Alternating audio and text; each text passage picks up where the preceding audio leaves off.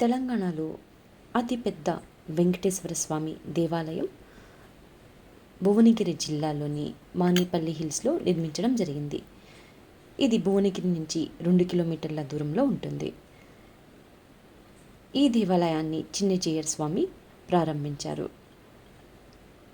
మానేపల్లి రామారావు వారి ధర్మపత్ని శ్రీమతి విజయలక్ష్మి పుణ్యదంపతుల కోరిక మేరకు వారి కుమారులు మానేపల్లి మురళీకృష్ణ, మానేపల్లి గోపీకృష్ణ గారుల నేతృత్వంలో అత్యంత సుందరంగా ఈ ఆలయాన్ని నిర్మించడం జరిగింది.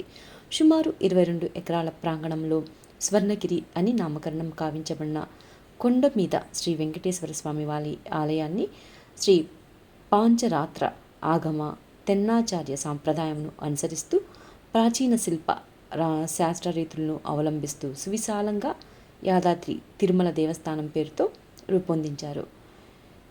ఈ యాదాద్రి తిరుమల ఆలయంలో సుమారు 12 అడుగుల ఎత్తైన బృహత్ విగ్రహ రూపంలో శ్రీ వెంకటేశ్వర స్వామి వారు కొలువై ఉంటారు.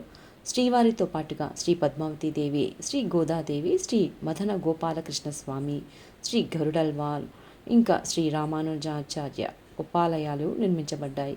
ఈ క్షేత్రం తెలంగాణలోని అతిపెద్ద శ్రీ వెంకటేశ్వర స్వామి ఆలయంగా చెప్పుకోవచ్చు. ఇది పల్లవ, చోళ, చాళుక్య, హోయసల, విజయ నగర నాయక శిల్పరీతులతో నిర్మించడం జరిగింది.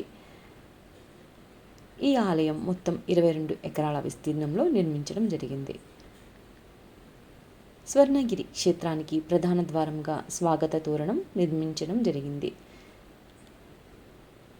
ఇంకా బ్రహ్మరథం, శ్రీవారి పాదాలు, ఇంకా ఆలయానికి మెయిన్ అట్రాక్షన్స్ అంటే కోనేరని చెప్పుకోవచ్చు.